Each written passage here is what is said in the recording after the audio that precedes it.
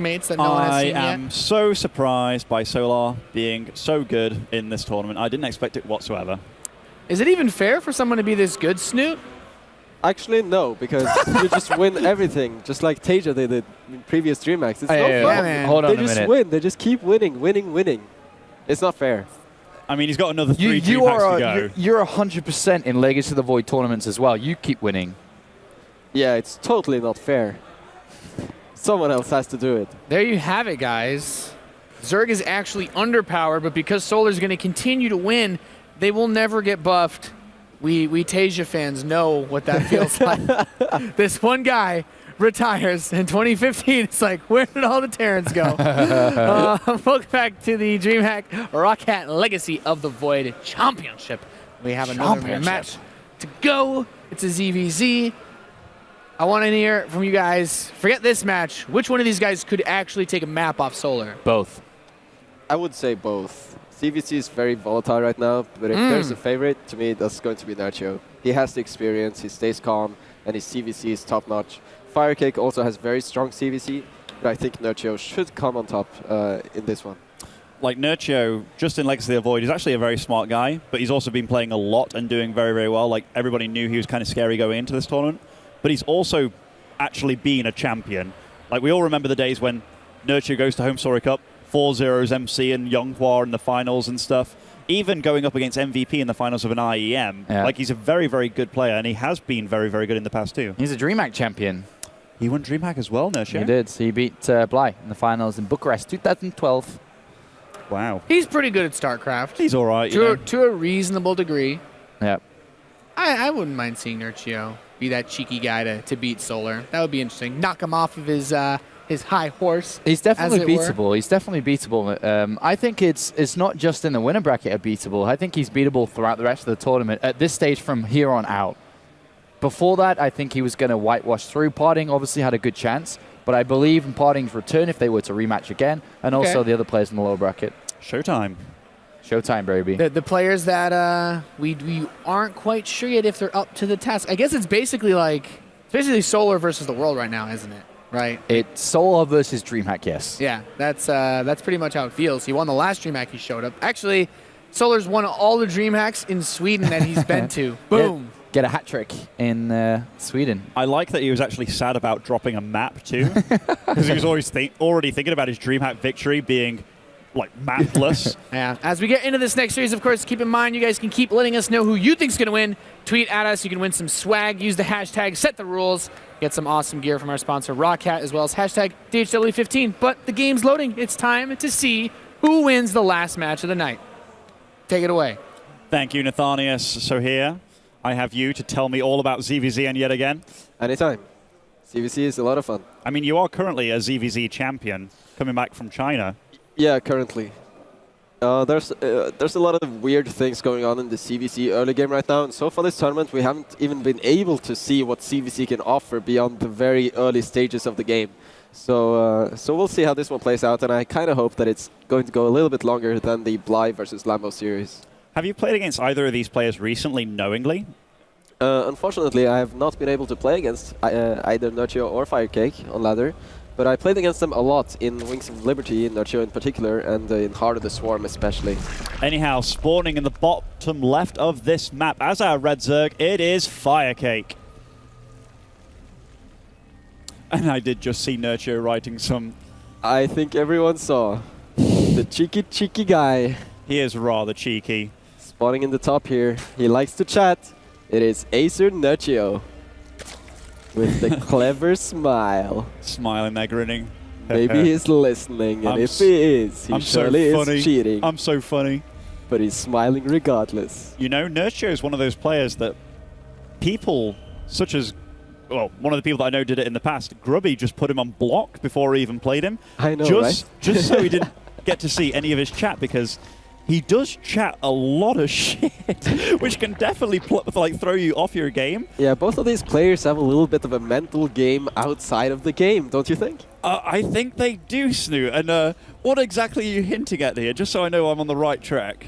Nah, you know, you have players that don't really say a whole lot, like Bunny would be a good example, just GLHF and GG, that Very type mannered, of thing. yeah. And then you have players of the past, like such as Idra, for example. Oh, a little vocal. A little bit vocal.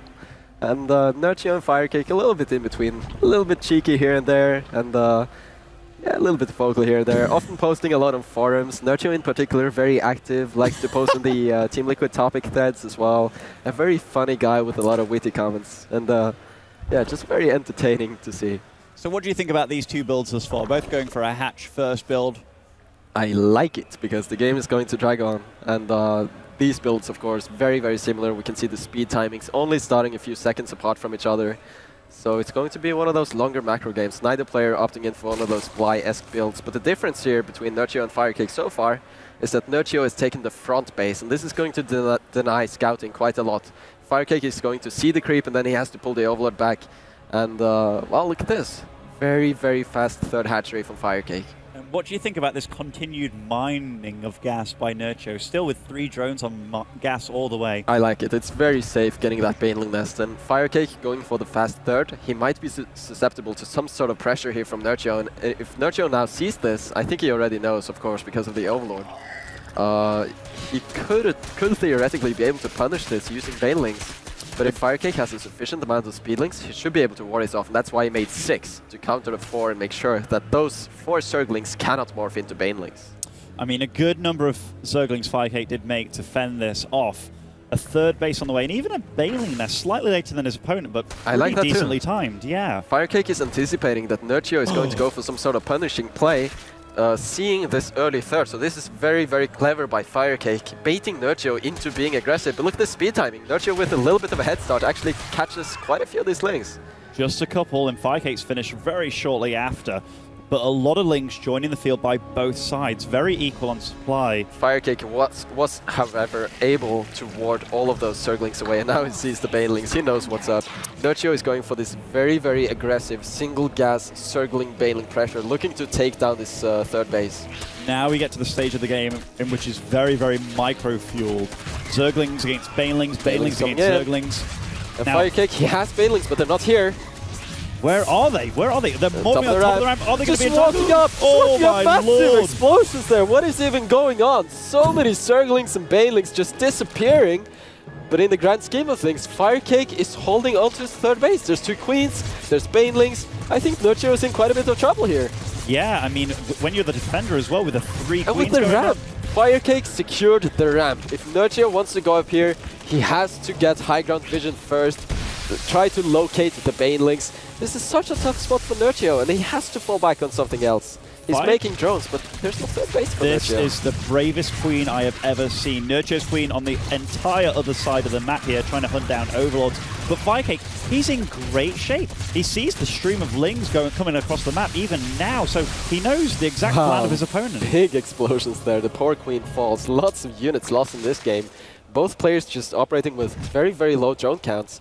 FireCake still not mining from this third though, and that's going to give a little bit of comfort to Nerchio, but even then, on the 2 bases that FireCake has below this third, he's mining way more than Nerchio is, and Nerchio has yet to even complete the third base of his own. FireCake has a massive lead, I would say, at this point. And now he's deciding to drone up too. He has the Spine Crawler for defense. He has enough lings out that he doesn't really need to make any more for the time being. He just morph. If he does see aggression, he can just morph a few of these Zerglings into Banelings and be safe. So FireCake is just going to work on his economy from now on.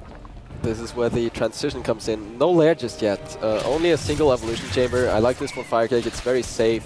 Doesn't want to risk something, go for something way too greedy. He doesn't know exactly how far ahead he is, but I think he's about to find out with these Zerglings that he's sending into the main base right now. Should see the timing of this natural, and this is a very, very reassuring feeling for FireCake right now. He knows how far ahead he is in the worker count. 50 workers to 36. FireCake is playing this out wonderfully, baiting out Nerchio early to produce a lot of links, defending masterfully, and now he's in a fantastic position. do you think that all just came down to a bad engagement from Nerchio? Like, what would you have done differently with the Banelings, or would you have not committed so hard? I would not commit that hard in the first place.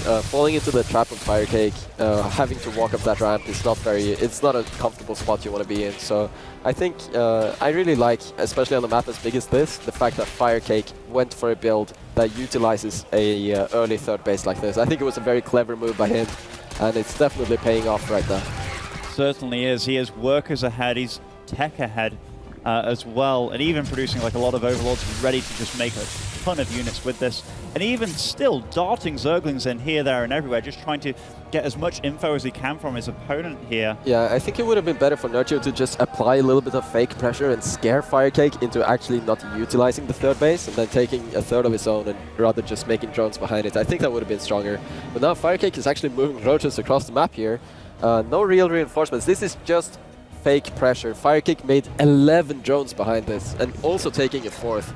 He's just macroing like crazy right now, and eventually at some point I expect him to go into some sort of finishing move with a lot of roaches, ravagers, and probably a roach speed timing of sorts. Nerchio sees this base though and might get a cancel. That could be a small victory and the start of a possible comeback.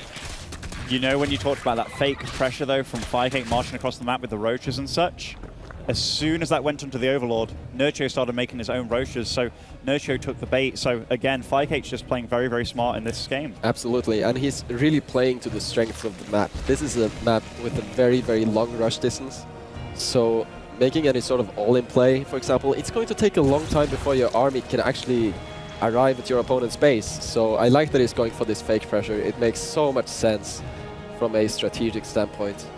Nerchio's gathering an army almost faster than FireCake is by getting units onto the map so early, and Ravagers as well. I think FireCake might be overextending here. He wants to close out this game, but I think he can wait even a little bit longer. But then again, he has the 30 supply army lead. The question is, with a map this big and road speed not being there yet, and there's a limited amount of creep, I'm not sure if he can actually end the game right now, but look at the supply.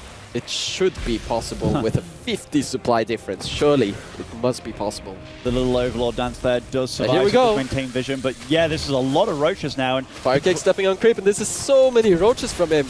But a couple of Ravager shots being fired there. Don't really hit too much. A small run by in the natural as well.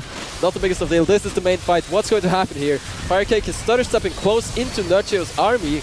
Not really the best roach shots, but the supply is just very, very overwhelming right now. But still a decent concave for Nerchio, and if he does survive, the roach count is, or rather worker count is very similar, but I'm very surprised so many see roaches. Yeah, a little bit of a move commander from Nerchio into FireCake's roaches, and the numbers are just overwhelming.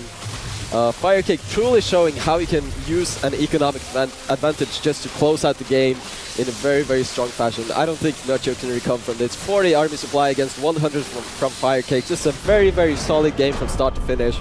FireCake going up 1-0 there. Seemingly very, very calm and composed. Great game there to start. Really was. He knew exactly what he was up against, and he handled it very well. He didn't overcommit to anything, didn't look panicky at all either. He knew exactly how many Zerglings he had to make and knew what he had to do with them. So good control, good macro decisions, and good decisions throughout. So very impressive play by FireCake thus far. I especially like the build order. It made sense for the map, and also the way that it makes sense when you play against Nerchio as a player. If you take a very fast third against Nerchio, I feel like a lot of the time he will try to punish it. And on this map, it was a perfect decision, because leading up to the third base, like normally on the map, like say the gold base map, Prime Terraces, the third base is down on the low ground. You can attack it from multiple angles, and there's no ramp, there's no different advantages to actually help protect that base. But on this map, Dusk Towers, there's a very large ramp. Sure, it's large, it's not the tightest ramp ever, but you still have to walk up it, and if there's no Overlord there to provide high ground vision, you need to send Zerglings up one at a time, try to locate the Banelings, and attacking in general is just very, very difficult. So this was a brilliant choice of strategy from FireCake in the first game. So in hindsight, you wouldn't pressure that? You wouldn't I would go pressure. for a pressure build? I would definitely go for some sort of almost pressure, but it would be very, very soft, and definitely not committing to, say, 8 or 10 Banelings. Okay. This just, it's too easy for the defending player to bring Queens down, to morph Banelings. And micro-wise, it's just incredibly difficult to actually, you saw how much of a mess that fight was. The massive bailing explosion. The big explosion. What was even happening? And at the end of it... I'm so glad that you said that, because I had no idea what was happening either. I didn't know whether it was good for Nerchio initially, but upon looking at the wreckage... It might have been good. Like, if good Nerchio somehow could remove every single one of FireCake's banelings, and he had additional banelings of his own to fight against the triple hatchery production, so many speedlings coming out at a very quick rate. If he had those extra banelings, he might be able to pull something off. But now we're back here on layer like Crest. In the bottom, leading 1-0, it is FireCake. And this is the first time we've seen him on the main stream too, in this tournament, or at least I have. And so far, very, very impressed. He even managed to come first in his group, defeating Bomber, one of the initial upsets of the tournament, actually. And spawning in the top right, as our Blue Zerg, currently 1-0 down, it is Nerchio. Bit less of a smile going on this time. One of the most experienced veterans of StarCraft 2 should be able to make a comeback here. Now, bit of a difference in build orders thus far. We do have that one base gas pool going on for Nerchio. Yeah, we saw Lambo use this against Bly a little bit earlier on in the tournament, and it's very important for Nerchio now. I mean, theoretically, they're both playing very, very safe. If you use a build like this, it's very important to still adapt to a one-base opening. But they're really respecting each other here, not going for any sort of those Bly-esque, super, super quick circling speed builds. So with Nerchio's build, it's mainly a defensive build, or what is he hoping to run into here? Best case scenario and worst case scenario? That's the thing about CVC. It's not as it's not as how to say this. It's not as black and white as it used to be. So I'm not sure what exactly you would like to run into with this type of build. It really depends on what sort of transition Nerchio is going for. Is he going for an expansion? Is he going for a bathing nest before expansion? Looks like he's going for an expansion here, but he's still mining a lot of gas with this. Yeah, so he's going to be able to put on the pressure with the speedlings and the bailing nest. And I'm not sure what type of build you want to run into with this. It's very safe. If you scout someone with the first Overlord and you see that they haven't expanded, for example, then you don't need to expand yourself and you will have a nice lead. But in general, it's going to come down to the execution of the transition and what type of transition you go for. FireCake, very late speed compared to Nerchio, but he does have a worker lead, quicker expand, but Nerchio should be able to do some sort of damage here. We'll see how it plays out. Now, FireCake dropping his spine. Like, he's very scared right now. He's taking it very seriously, yeah, which... The Overlord of FireCake has not seen the expansion of Nerchio, so he might be assuming that this is just a one base all-in. And in reality, a lot of lings too, 6 lings, 10 lings on the way. Yeah, and in reality, this is just some sort of soft pressure from Nerchio. And if he can get this hatchery, that's going to give him a massive lead in this game for sure. I don't believe he's going to be able to get this hatchery, especially with that spine It depends on the next banelings.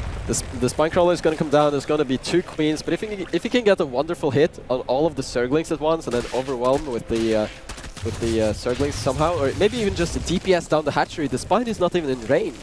And so many lings. FireCake's bailing nest is so late. I think maybe Nerchio can be able to actually bring this hatchery down somehow. Oh lord, the banelings just bypassed the queens. He's just entirely. bypassing everything. That is quite a few lings going down to the first bailing, but not much survives for Nerchio here. But this hitting so many drones though. Yeah, quite a few drones do fall. Behind this, Nerchio really has to target fire those red drones. It's going to mean so much if he does. Let's see, 4 drones dead. So Nerchio's got a 5 worker lead right now. He's got his own expansion up. See, this is the cool part about Legacy of the Void CVC. The openings, they don't really hard counter each other as much as you would see in Heart of the Swarm. You can really see how it's a bit of a skillful thing. There are multiple ways you can attack your opponent, and you can choose if you want to commit a lot or if you want to commit very softly. And the game is evening out right now, and Nerchio seems to have a little bit of a lead. It's very cool to watch. Well, definitely a different situation this game. I mean, in the first game, Nerchio went aggressive and it was fended off very, very easily, and FireCake managed to gain a lead, whereas this time the aggression did a little bit of damage, but the little damage it did, I think it gave Nerchio a pretty decent little edge here.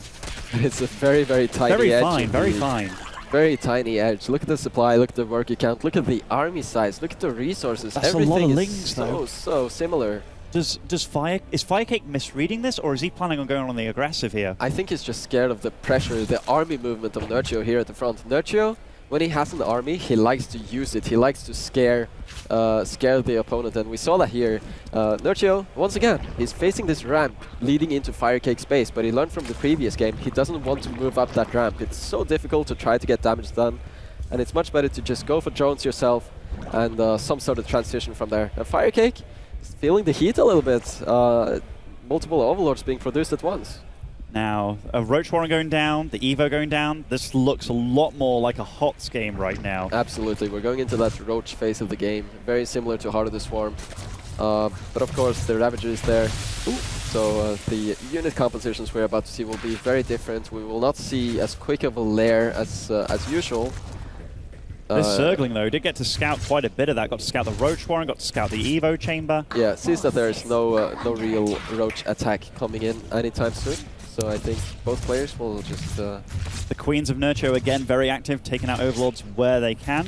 Nerchio actually making a lot of Roaches right now. He seems to be gearing up for some sort of 2-gas attack, and this can be incredibly strong. Question is, though, is FireCake going to stop making drones and make Roaches of his own? The Roach Warren timing of FireCake would suggest that he's about to stop making Roaches and in that stop making drones.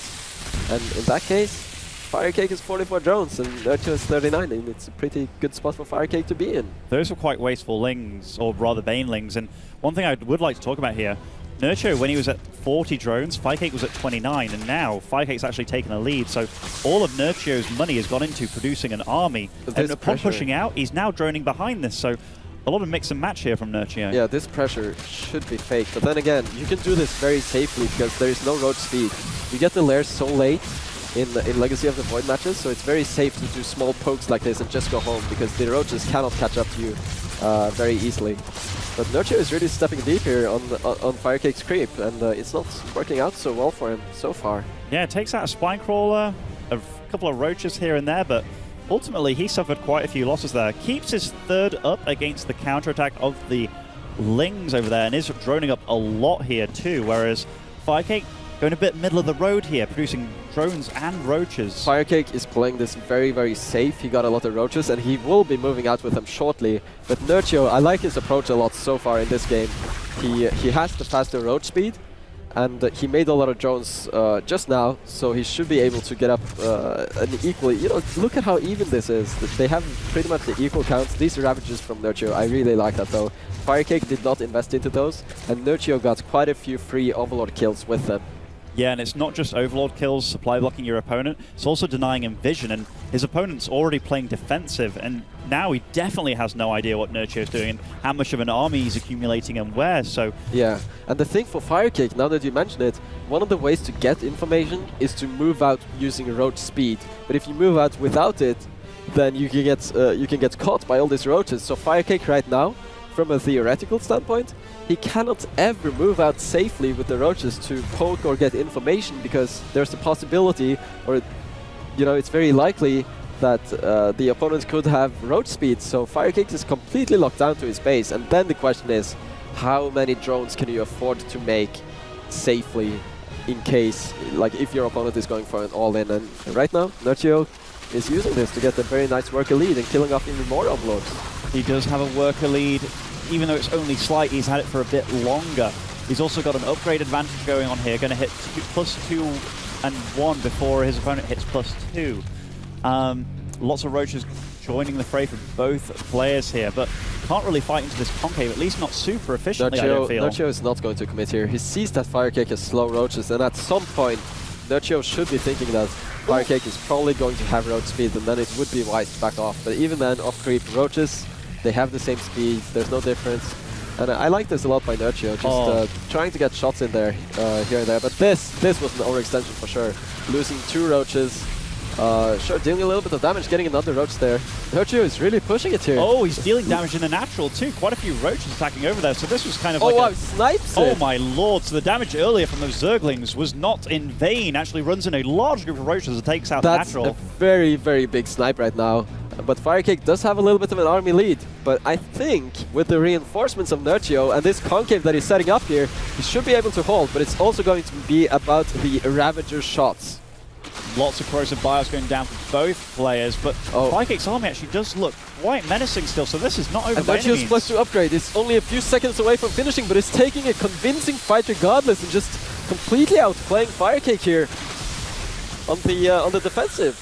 Yeah, FireCake, he's lost his natural, so his economy's in shatters here, and 150 He has to supply against work account, 120. but the main is probably mining out very soon, and the natural is not there. Nerchio has a 4th base. He can rally the drones from his main to the 4th, easy peasy. And I love this from both players too. As soon as roaches get hurt, they use those to morph into Ravagers, as you can see on both sides here. One of those small details that do matter a lot.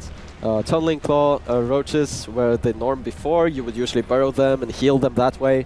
But now that the Ravagers are so powerful, we don't really see that all that much anymore. And wow, FireCake actually on the outside. Is this going to be some sort of base trade? I mean, it could be, but Nerchio's got the upper hand in every sense of the word. He's already in the base of FireCake. This could be so awkward, but usually in base trades like this, it was the same in Roach base trades as well. The strongest army almost always wins, and it's very, very difficult for FireCake. But he's getting burrow, and I've seen this on the ladder before. Sometimes FireCake, he will hide drones around the map and build hatcheries, and even use burrow sometimes to unburrow and burrow drones, hide them in places where you don't expect them to be, and just make a hatchery at random locations. And I wondered what you were getting at there with the hiding drones and hatcheries. Yeah. So in a very crazy game like this, FireCake only has 1 drone though, and the burrow Is that him? Oh, that's it. that's it. That's it. No more hidden buildings around the map. And there's 1 drone in production though. If FireCake can save his main building, but realistically, 105 army supply against 73, it does not look good here for FireCake in game number 2. Even with Dream Biles going down, it might go down there. Yeah, that was a lot of Biles going down on Nerchio's army, so can't take this too lightly here. I mean, that is still quite a lot of Ravagers, able to do a lot of damage to Nerchio's army. Even doing self-harm, he potentially could fall in his own pike here. A little bit of a silly fight here, but it is one that Nerchio should win over time. The single drone, the loneliest drone. A little bit of lure commands here, but it's pretty sure at this point it's just too much army for FireCake to deal with. And GG's called. Nerchio takes the game, ties it up 1-1. Smart play. It was really smart play. I liked Nerchio's aggression that game. It seemed less all-in-y. Yeah. There was a lot of fake pressure, just some move outs here and there. He respected the road speed, just very nice pressure there from Nerchio. Yeah, very smart play. And especially getting those 4 Ravagers to snipe the Overlords.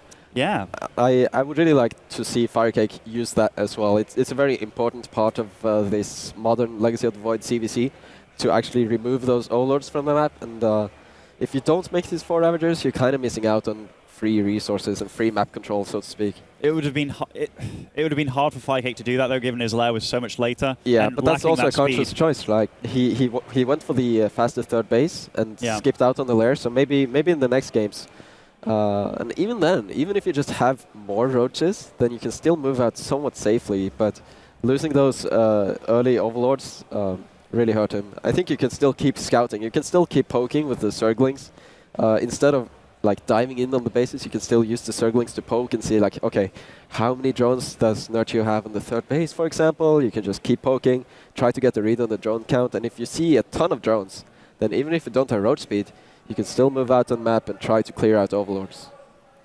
So that was a far more standard ZvZ than we've seen this so far. This was very standard, the longest ZvZ we've seen so far. When Bly isn't involved in a ZvZ, we do get to see it kind of go past the 5-minute mark, but that's kind of cool. It's very cool indeed. And I think also at some point, Nerchio was also getting the Hydralisk then, getting ready to tech up to Lurkers, and that's a whole different game as well. Most of the games, though, are very, very violent, and they usually stay on their Roach or Ravager tech. But I wouldn't be surprised to see some sort of Lurker play come into play here as well. And what is going to be the 3rd map? Orbital Shipyard. Orbital Shipyard. That's FireCake's choice. Spawning in the top here. It is FireCake. Snoot, Lord of Hype. And spawning in the bottom left as our blue Zerg. Hailing from Poland, it is Nerchio.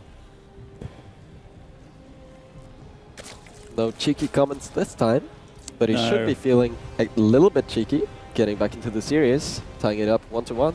I'm a little superstitious with that stuff. Like if I type a cheeky comment or whatever, and then I lose the map, but then the next map I don't type anything and I win, I'm gonna stick with the winning trend. Yeah, it seems to be the case here, so not Now, really what are saying we anything. seeing? Oh, a mirror build by both these players, and the macro-centric mirror build. Yeah, I feel like Nerchio and FireCake are both very, very macro-centric players. Nerchio likes to be aggressive a lot as well. That's why we saw him go for the roach speed a little bit sooner in the second game.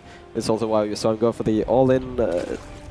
Well, I suppose it can be called a little bit all-in-ish. Like there was so many circlings and banelings.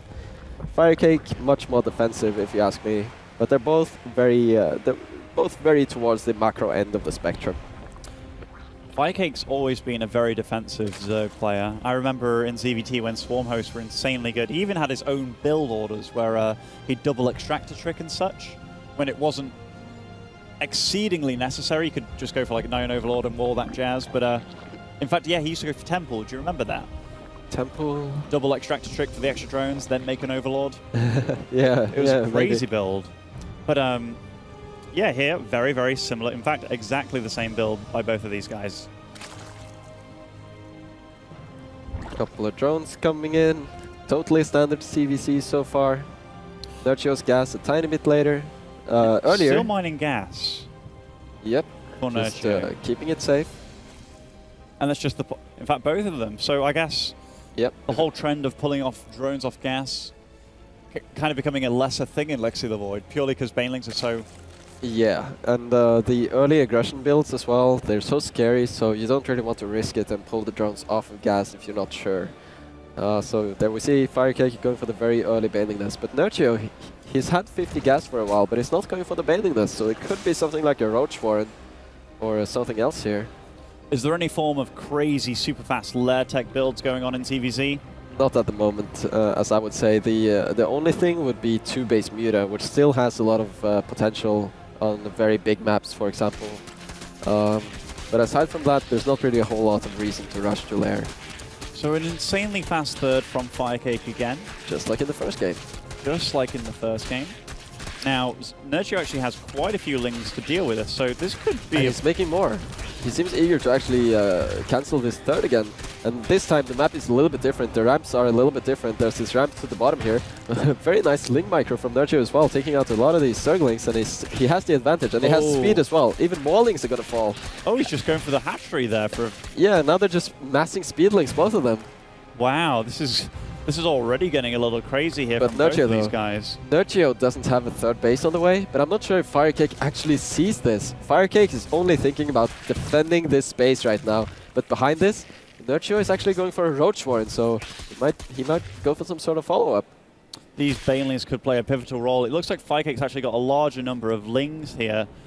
Yeah, FireCake is completely safe, but this was a very big investment for him. A lot of gas going into those banelings, and Nerchio has been saving gas, and I think Nerchio is going to make a 4 Ravager hit squad and clear out Overlords once more. But it's a little bit dangerous for him because FireCake seems to go on the counter, I believe. A couple of banelings sneaking in. No, still just staying defensive. This is one of those situations where you constantly have to look at your army. As if one wrong move and you run into banelings, you could potentially lose the game right there and then. Yeah. Or at the very least be in a very, very tricky situation.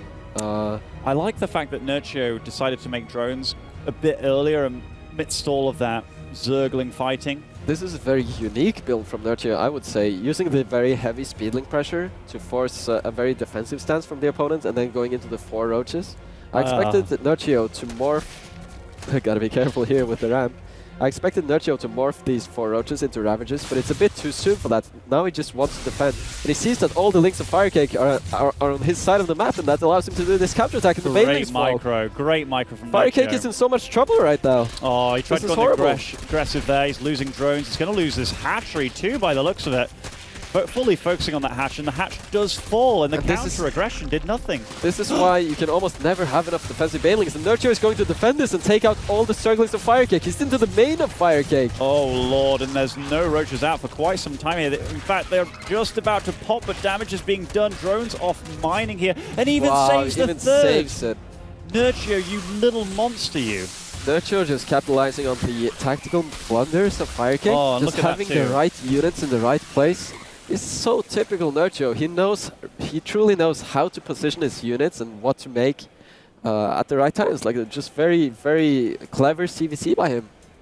Also, I really like I like FireCake hold positioning his drones to try and minimize the damage, as Lings can't then auto-attack them. It went on attack move command.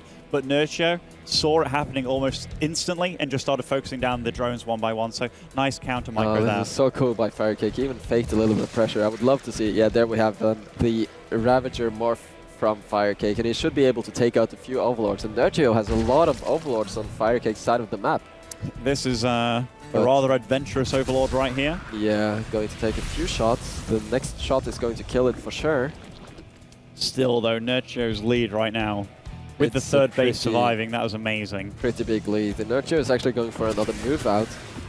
Seems to be reinforcing the speedlings. I think Nerchio is going to just close the game right here. Despite having the work elite, he doesn't have to attack, but he seems eager to do it anyway. I was about to say, this is like an action movie with that Overlord avoiding all those corrosive biles. Yeah, it's a little bit of a fun mini game, so to speak.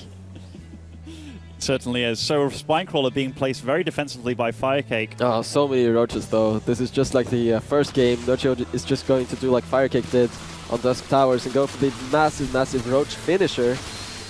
These corrosive biles not really doing a whole lot. Nerchio is actually diving in on the Ravagers, targeting down both nice of them. micro. Only one more corrosive bile going down. Doesn't really hit a whole lot, and the Nerchio army here is just too overwhelming, and FireCake is in so much trouble right now. He's stuck on the ramp. This is such a bottleneck to try and get down. There's a huge concave, a bigger army waiting for you at the bottom of the ramp. So even if you do get down, you're just running into way more than you. And look, the third goes down. There's so many roaches for Nerchio here. He pushes his lead, 130 supply against the 80, and he's not stopping anytime soon. GG, Nerchio takes the third game of the series. 2-1 lead now for this young Polish man. Having the right build, a little bit risky, skipping the Baneling Nest, but his control is immaculate.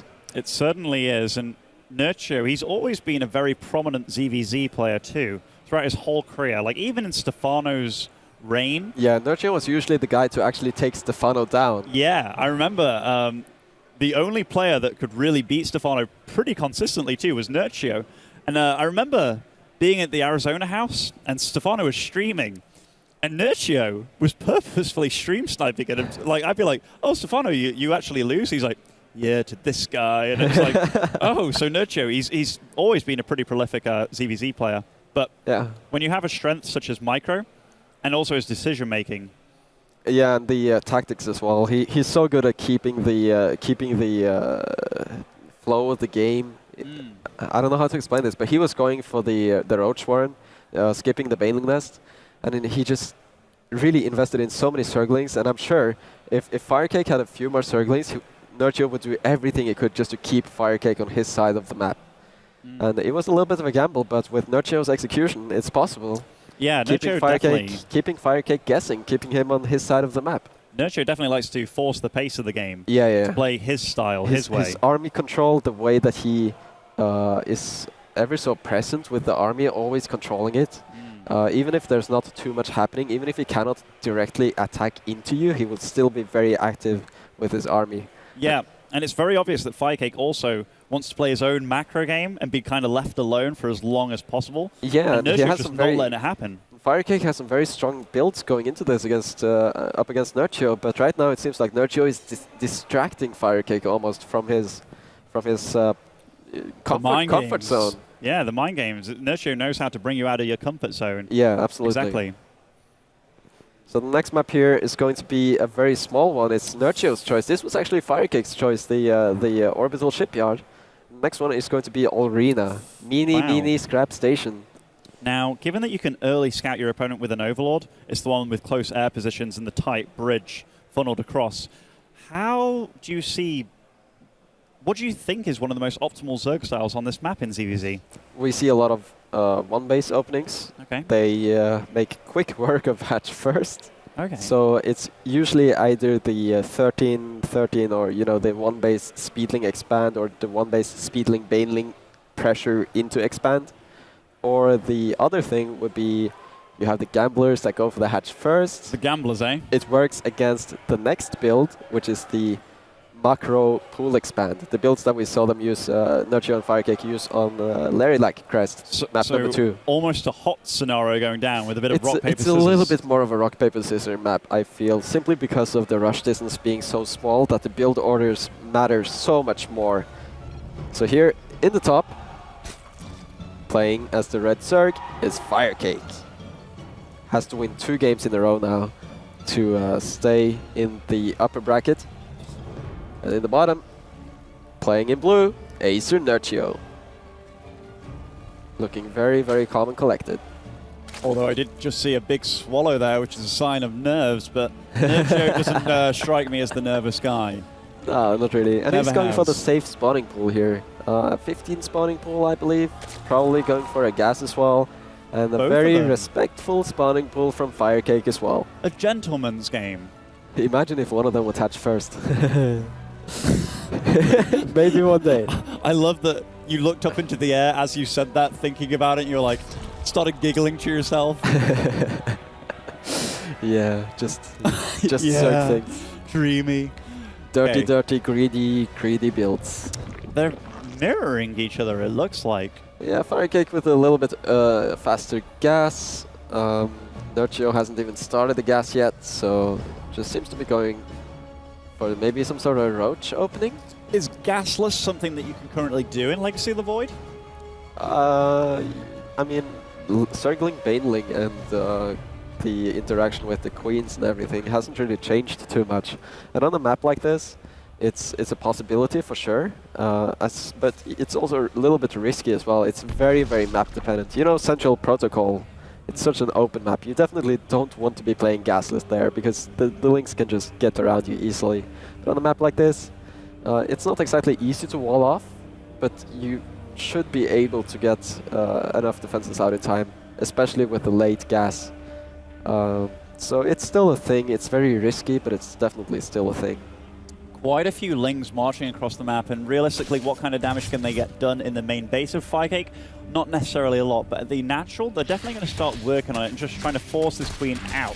A little bit of indirect damage here, forcing a lot of Zerglings out of FireCake, and the Zergling speed from FireCake is also very late. So Nerchio is going to be able to lower the health of this hatchery again, and we'll have to see though if FireCake keeps massing Zerglings right now and adds on a Baneling Nest, and if Nerchio does not get any sort of additional defenses, let's say if he stays on 2 queens, get the Roach Warren, Look at this, so this though, could be Snoop. dangerous. That's a lot of Lings and a Baneling Nest going down for I FireCake. know, right? I think maybe Nerchio might be in trouble here if he doesn't make additional queens, but he already has 2 queens on the field. Seems like, or is it just one? And look, Nerchio's running in here and he sees a lot more Lings being made. He's Yeah. also seen the Lings on the way to his base and the Baneling Nest. He should know right now that he will be in a little bit of trouble here if he doesn't have enough queens. So what does he do? Queens, Zerglings, does he just make everything he can right now? Yeah, everything within your power that's actually gasless. And you don't want to have your queens down here, that's very, very dangerous. But he knows that the speed cannot hit just yet. And Nerchio is actually going for the wall off here on a map that's quite tricky to wall, to be honest. Just have that Queen, Evo, Going for the spike on vertical wall off here. I don't know if there's a building further in the bottom of this natural. Maybe FireCake can actually circumvent this. We'll have to see. Lots of Banelings being morphed, but the 4th Queen pops as well, and I think maybe Nerchio can actually hold this. This is a lot of Queens available. There's the Evolution Chamber as well blocking this, so this is a perfect vertical wall off from Nerchio. Oh, but the surface area on that Queen, he's getting shot a lot. The 5th Queen! The 5th Queen is on the ramp, but it's not doing anything. Oh dear, these Lings are getting in, but There's so the far bypass. it's a good hold by Nerchio, but these Lings are now in the base, and these drones, there's nothing to support them now. Nerchio, this is a very, very typical scenario. We saw this a lot when Gasless was very, very popular. FireCake is returning to droning behind this, so it's by no means all in. And wow, Nerchio is just being pulled apart in the natural as well. FireCake with this very safe but aggressive opening is punishing this risky gasless play from Nerchio. Oh man, trying to surround that spike wall to keep it alive at all costs. Nerchio is in so much trouble. FireCake, I don't know if he saw that Nerchio didn't have any Baneling Nest or circling speed, but this pressure is working wonders for him in game number 4. I guess with the initial Overlord, maybe he didn't see the gas? Like he didn't see a gas going up. Maybe he checked the spawning pool. I'm not sure exactly, but either way, this turn, what FireCake did was a very safe move. At least if you saw that there was no Baneling Nest. So, just very, very good play from him. And how is he going to follow it up, though? A significant lead now for FireCake, and supply-wise, it's not looking that bad. And Nerchio is actually going for some slow link counter pressure, and FireCake has to invest into some more Zerglings. It's not necessary. Could have made a few Banelings, but FireCake seems to really be overreacting to this little pressure here. or maybe he's thinking about round 2. That could also be the case. Oh, and cleaning up all these Zerglings though, they're slowlings after all. This could very well be a round 2, but do you want to go for a round 2 against how many queens? Maybe 4 or 5 queens, possibly? This is FireCake we're talking about. And how many It's queens not are that actually many left queens. over? Yeah, there's not a whole lot of them. There's 5 though, but they're not in position. So once again, Nerchio is going to find himself having to wall off here. And gets a bit of a surround on those queens. The Zerglings Oh. get so much surface area on the queens here, and they're taking so much damage, and the Banelings come in as well. The Nerchio is in a horrible spot, and these Banelings are going to trickle in. Yeah, great kind of semi-wall off by Nerchio here, but in a good drone split But the too. DPS is not there either. These queens are working so hard to bring these Zerglings down, but it's just not going to be enough. And I don't think Nerchio can actually defend this. A little bit of a shot. I'm like, this is only 3 drones dead so far though, Snoo. I mean, It's a very nice defense by Nerchio indeed, but he's losing so much mining time, losing a few additional drones there as well, and he's losing one of his most important advantages in this game. He's losing his queens. And he's also, he doesn't have a third base on the way. FireCake is actually dropping that. This is some very, very nice transitional pressure from FireCake, taking advantage of his technology, the scouting that is done. He knows that Nerchio doesn't have anything to actually deal with this. one really nice thing that FireCake did amongst all this too, started putting up a third. Look at this position, by the way, that Nerchio is trying to hold. It's one of the better places to fight for sure. Definitely, especially with the spine crawler at the back burrowing down, but FireCake now has a third on the way. And roaches, I don't even think FireCake has to make more drones right now. It could very well just 800 minerals. Like FireCake is, his macro right now is far from perfect, but he's still so far ahead. And I think if he spends the resources correctly, gets the extra gas, and actually converts these minerals into gas that way, he should be able to just overwhelm Nerchio eventually with a big, big roach lead. This was smart though, a small hit squad of lings just rallied around the whole map, and GG is called. Nerchio, sensing that he was quite far behind, and upon losing that drone at the third, just decided, hey, I'm going to call it. We're going to game number 5. Man. Quite impressive play here by FireCake. A little bit of an unorthodox build from Nerchio, going for that gasless. And currently turning into one of the dark horses of the tournament, actually. Absolutely. Like, almost in the, what is it, top 3? If he wins this one? If he wins this one, he's top 3 of DreamHack Winter. Oh, that's crazy. Which That would be probably the greatest achievement for FireCake so far in his career. he came like either top 8 or top 4 at WCS, I think, at one season. Was it top 4? I definitely think he did well. He definitely came Either on in way, leaps and bounds. it's but very impressive and a fantastic way to start off Legacy of the Void for FireCake here if he is to win the next map. And I think the best thing for Nerchio to do right now would be to fall back on a little bit more of the standard style, because I feel like in map number 2 and on Orbital Shipyard, like the maps that Nerchio won basically, I feel like he did a lot of small moves very well, and I feel like he doesn't have to take those risks in terms of build orders. Like, he doesn't have to go for an all-in, he doesn't have to go for gasless. I would love to see him just stick to the standard, and from there I think he has the moves and the tactics to pull it off from there. and the 5th map is Prion Terraces, the gold base map. What's gonna happen? It's making you so happy, isn't it? No, not in CVC.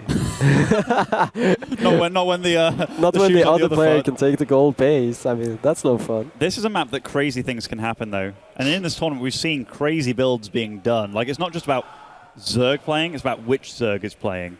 Like, we saw Bly taking the 4th base first. We even saw Solar in a totally different matchup, taking that 4th base, then taking the 3rd base for the double golds. And obviously, ZvZ, it's a different beast, but We'll have to wait and see. I'm very excited to see what sort of builds. And it's game 5 nonetheless. Like, if there's one time to be a little bit ballsy, it's definitely right now.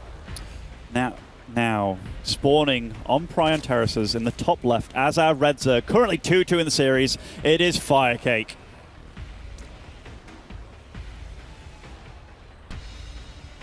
And in the bottom of Prime Terraces, the blue Zerg, Acer Nerchio. Currently getting attacked by Apollo. Cheeky monkey. Cheeky cheeky. Okay, so far in this game, there is no spawning pool going down. Makes me think they're both going to go for a hatchery. The very respectful spawning pool opening from FireCake, and Nerchio going for hatchery first to the natural. Very, very standard here as well from Nerchio. It's a little bit dangerous to do this against drone pulls, or maybe even sometimes the one-base builds, such as we saw Bly use. You could do a speedling expand and follow it up with a gold base. Look at his opponent though, yeah. Going for that gold. Now, with your supreme Zerg knowledge as you walk away a champion from China, having an earlier natural compared to having a slightly later natural against a gold base? Gold bases are a little bit of a mysterious beast. I'm not sure how this one is going to play out. It really depends on the gas timings as well, and how many workers they make. Yeah, and how fast Nerchio can actually scout this out too. His Overlord is on the way. Yeah, and if FireCake is he's grabbing this gold, but is he actually going to transfer drones there, for example? And if he does transfer drones, then there will be a time frame where he will not have as much income as Nerchio, and will Nerchio maybe be able to hit the perfect timing, for example, and strike FireCake in this little moment of weakness? We'll have to see. Nerchio is making 6 links right now. It's going to be very difficult for FireCake if he does transfer drones to this hatchery.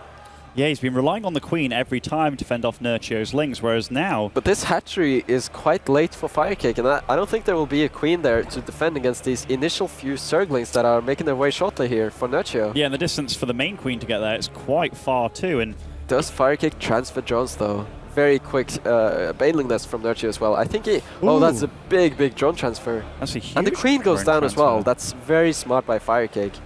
So now I feel like the pressure is on Nerchio to actually make something happen here with this early baneling nest and the early circling speed. But it's going to take a little while. He sees how many circlings he forced. That's a very good thing for him. He does have extra drones, but economically they're probably about equal at this point in time. Quite probably. Might be. So more drones on the way for FireCake. And more Zerglings on the way for Nerchio. He's getting ready to deal some damage to this gold base. How do you see this going? 16 Zerglings, and FireCake seems to be anticipating this as well, dropping down the Spine Crawler. His own Zerglings. Yeah, Nerchio doesn't have to do this attack. You can still play in somewhat even game against the gold base. But that gold base, it's got such a nice angle. FireCake is countering though. But that gold base has such a nice angle. Yeah, this might be a big mistake from FireCake, leaving so many of his Zerglings out in the open here. Yeah, these drones immediately pulled these Zerglings kind of in a fight of their own, but... And now the drones cannot mind. They had to be pulled off at least for a little while. And now it's going to be all about the control here, as Nerchio is about to lay siege to this base of FireCake. Big explosion there. That was great for FireCake. He's now got the gold, and he went pretty much unhindered there. Now he's got a lot of Zerglings on the field too. His own baneling nest. 16 Zerglings lost, just a 3 of FireCake there, and even banelings lost as well. This is just a very good defensive setup from FireCake, and I feel like Nerchio does not he doesn't have to do this. He doesn't have to go here. Nerchio again, by the way, killing Overlords on the map. So he's been doing that the whole series. So that's something he definitely has. Sneaky banelings. Oh, I tell you what though, great pull by FireCake. Great reaction times there from FireCake. That is not something this Queen is going to fall as well, most likely. Yeah, that's not something that blinks on your map. That's something that you... but this... Wow! 5 drones going down, and now Nerchio is in a very healthy work account, but can he hold this counterattack from FireCake? Where are the Queens? There's 2 Queens. That baneling, it was but so there's no banelings. There's no banelings for Nerchio now. The baneling advantage is gone. How is he going to protect himself against all these speedlings? I don't know if it can be Can he hold the ramp though? Can he hold the ramp? It's going to be so important. So few links. Nerchio, even amidst all this, he's counter-attacking but losing all his drones. And his no more defensive banelings. The FireCake does it with his amazing counter-attack here. Taking the gold base, holding Nerchio's aggression and counter-attacking with a far superior army. Much better control as well. The units lost tab showed only 3 Zerglings lost for FireCake at a time, when Nerchio lost 3 Banelings and roughly 15 Zerglings. Just winning out the control wars here, using the Queens defensively to great effect, and FireCake finds himself in the top 3 in the winner bracket, going up against Solar. An amazing performance for him here at DreamHack. And that was true relief if I've ever seen it. You saw there that he was so happy. It was such a close series, like It who was wouldn't be incredible. relieved? That was so intense. And even walking past now with his hands behind his head, very, very happy to win that. And yeah, it was very close. Crazy CVC, and I'm happy that we were able to see some of these scenarios. We got to see a little bit of Roach. No Mutalist games so far, but that was quite action-packed. Yes, and we are joined back at the panel by Nathanius and Apollo. Nice to have you guys here again. Benjamin. It's always good to be back. There's never a time where I'm sad to be on this panel with you guys. That's man telling the truth right there. Big result for FireCake. Very, very big result. Top 3 at DreamHack Winter, with a Massive. chance, obviously, against Solar to be in the final, which is huge. It's his biggest result to date in this type of big tournament. He's won a tournament in France before, of course, but at this scale, this is huge. It's a great success to have. Yeah, this is a foreign tournament in which he's taken down Koreans here. He's taken down some of the big foreign hopes as well, such as Nerchio. And he's in the winner bracket final now That's against huge. Solar. He's top 3 of DreamHack Winter. That is no small feat. He has the chance to make like the ultimate upset as well. We have to keep in mind, like if he were, you know, in some weird alternate universe to actually beat Solar, like that's Then you're it's top madness. 2. I know. Top 2, Burrow. And not He's a one of finalist. us, not one of us talked about FireCake being one of our favorites for the tournament. A total dark horse. Like, he came under the radar, out of nowhere. It's true. Is he a favorite for the tournament for you now? I mean, Solar's still the big boy, you know, but And Showtime is still lurking. Showtime's the In the lower lurker. bracket. He's the real. He's He's the burrowed dark and horse. waiting. and even though Nerchio lost 2-3, Nerchio did look very strong in that series too. Yeah. It So was yeah, good. quite a few good players are left. That was a Nerchio is very not out of this. 50-50. Nerchio is still in this. In the lower brackets, right? Nerchio plays true. Showtime though. Yeah, you know Showtime. That's Showtime, That's hype train, Showtime, hype guys. train. That's pretty hype. Showtime. And who does Parding play? TY. Plotting plays TY. Nerchio plays Showtime. And of course Solar and FireCake. All right, well, we're going to hear now from FireCake himself. He's over with Smix. How does it feel to win? Well, why don't we ask him straight away, FireCake? When people talked about this tournament, obviously they talk about the Koreans, you know, especially Solar. And then when it came to the non-Koreans, a lot of people were talking about Nerchio. The Koreans actually mentioned Nerchio a lot. They even mentioned Bly. But your name wasn't mentioned, and yet you're the one that is now in the top 3 at the very least. What are the things that are going through your head right now? It's hard to explain. I'm very happy. I'm thinking about my family. They might be proud of me, so I'm very happy. Does your family watch all your games and stuff? Yes, yes. I'm sure my family is watching, my girlfriend is watching, many fans, so I hope they are proud of what I have done now. Well, I'm sure they are, as top 3 placement at this is no easy feat. Let's go straight into that series then with Nerchio. It was a very, very intense series. You know, you guys took 2 games each, and then it came down to that last game. There were so many moments throughout all 5 games that were so exciting. But personally for you, as you played through those games, what do you think it was that made you come out on top over him? I don't know, I feel a bit shaky in the game number 2. I didn't really understand how I lost this one because I had a good build order. And the next game I lost 2, and I tried to do better in the following game on the Unrena map. On this map, I didn't know what was going to happen because it's very close. I won. I think his build was not very good on this map, and it gave me a lot of confidence in the last map because I had my special build on this map with the gold, but it was still very close. And what are your thoughts on ZvZ in general? I've talked to so many Zerg players at this tournament already, and it seems to be split right down in the middle. We have players like Solar who have openly said that they don't like it. They feel like it's a coin toss, whereas we have players like Snoot who have expressed that they do like it because they feel that the opening builders, that they don't hard counter each other as much anymore as they did in Heart of the Swarm. So what are your personal thoughts? I think there are definitely hard counter in ZvZ. It depends if you open pool first or double hatch before pool. It gives a big advantage, and especially on some maps like the gold map. If you take the gold and you keep it and your opponent doesn't have a gold, it's over. Your opponent can't come back after this. So it's a bit conflict like before, but ZvZ is better now. There are much more micro because of the Ravager. You always have to dodge the fireball. So it's not like you make a lot of roaches, a click, and then you wait and see what happens. Now you have a lot of micro and multitasking. So I love ZvZ, but the openings are a bit conflict, I think. All right, and just in general for this tournament, you've had a really good run, especially yesterday. I don't believe that your game against Bomber wasn't on the mainstream, but you did defeat him 2-0. And today, obviously, now you're in the top 3. Your run has been really great at this tournament so far. Do you feel that Legacy of the Void is just a better game for you? Do you feel really good in it? I think Legacy of the Void is very different for me because I think most people know me because of Swarmhost and long boring game. And I play very aggressive now in Legacy of the Void because it's better. You can't camp and make a big army. It's not working in this game anymore. But I prefer this game. It's a lot more about multitasking, very aggressive playstyle. So I don't know. We'll see.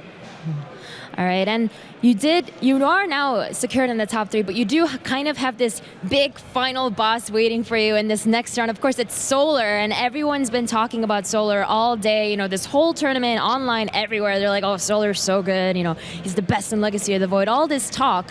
What are your thoughts going into that? I mean, are you going to try to just play your own game? Are you going to watch his VODs? Like, how do you plan on preparing for that match? I know Solar has been playing Legacy of the Void for a very long time on the beta. I didn't play the game for very long because I was still in the WCS system after the Swarm. So I used a lot of his replays to improve because he's obviously one of the very best players right now on Legacy of the Void. So I know him, I know his build, I know what he is going to do, I think. So I will stick with my game plan, but I don't know. Solar is very strong, but I was really impressed by Showtime. His PvZ. I am happy I don't play him because I think all the Koreans are very strong, but Showtimes look like Korean gods. Yeah, actually, I'm not sure if you heard, but I forgot one of the Koreans that was I believe it was TY who watched Showtime said that he felt that Showtime's Protoss play was actually on par with the Koreans. So, I mean, he agrees with you. Indeed, I played a lot on Smurf account and Barcodes. I didn't know there is a very strong Barcode, Protoss. I thought it was Lilbo because he said he practiced only on Legacy of the Void. But finally, after watching Showtime's game, I know it's him, and I know this guy is very, very strong. All right, well, thank you very much, FireCake, and congratulations again on making it to the top 3 at the first premier tournament for Legacy of the Void. That will wrap up our day 2, and that will secure 6 players into the final day. We'll see what happens tomorrow and which player will move on to be the first champion in Legacy of the Void. But before we get too carried away, let's take a look at all the action that happened on day 2 with Nathanius. Thank you so much, Smix. Always good to hear FireCake given Showtime. You guys pumped him up. You know, hey, you get your the dark your horse street to win this Snoop. tournament. Just a very nice interview in general. Yeah, I think. And Showtime getting the hype that he deserves. Yeah, I think he's going to do very well tomorrow. And FireCake getting the hype he deserves too. Top 3 in this tournament. Out of nowhere. I really didn't know he was this good in Legacy, honestly. I really didn't. I haven't seen him in any of the stuff that I've watched at all, actually. Just like that, out of nowhere, FireCake appears. Do you think it's an advantage for FireCake that he hasn't been as active in these online tournaments compared to Bly, for example, and not shown that much of his playstyle? If his level's at this level, absolutely. I mean, even if Bly didn't show any of his playstyle whatsoever, you know Bly's going to attack you. It doesn't help, though. But I think it's of course it's an advantage. it is an advantage not knowing how this guy plays, because, yeah, FireCake, he even talked about it in the interview. We all knew him as the Swarm host guy that was very good at playing patient and waiting for his opponent. And here, he talked about, hey, you have to attack in Legacy of the Void. It's a totally different game. I had to rework my style.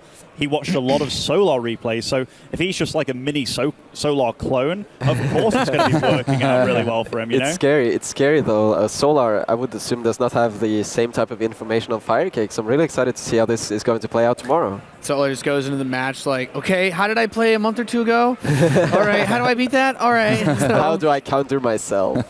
dun, dun, dun. So it definitely makes things very, very tricky. I like this setup that we have, and we're going to take a look at the way that things have shaped up over the course of the day. Man, we got through a lot of StarCraft. Solar is, of course, going to be playing against FireCake to determine the first grand finalist tomorrow, but Parting has to play TY to eliminate a second Korean from this tournament, and then Nerchio has to take out, the guy that we're all apparently getting on the bandwagon for, Showtime. The thing is I think Showtime has a great chance versus Solo. I actually think it's going to be a great series, but the problem is, I think he's got a lot of work to do first. Nerchio is not going to be an easy game, even though I think he's favored, Showtime that is.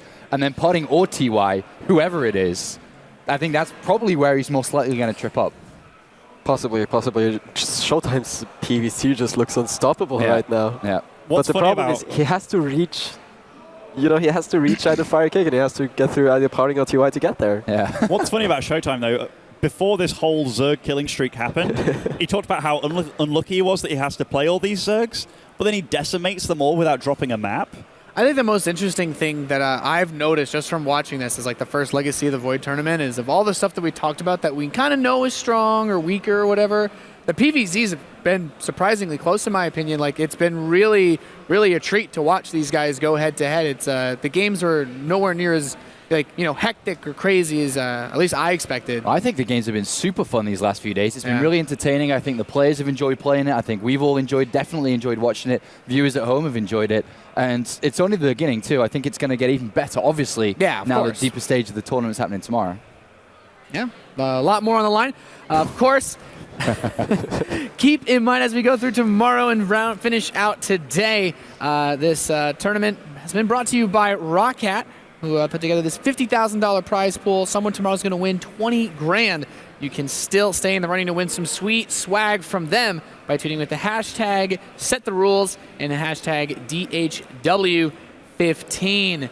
We're going to be coming back tomorrow afternoon to finish up the first offline Premier Tournament for StarCraft 2 Legacy of the Void. Any final thoughts, guys? As thanks to everyone who's watched from around the world. I know in America it's Thanksgiving. I know there's a lot of Blizzard employees watching over in America. So hello to all of you and hope you can join us tomorrow. And I hope you've had fun and hopefully continue to have fun with us. And if you didn't watch Bly against Showtime, the final moments of all 31 of those Mutalisks, please do so. The highlight is on SC Reddit. Just do it. We'll see you guys tomorrow afternoon for the conclusion of the ROCCAT Legacy of the Void Championship.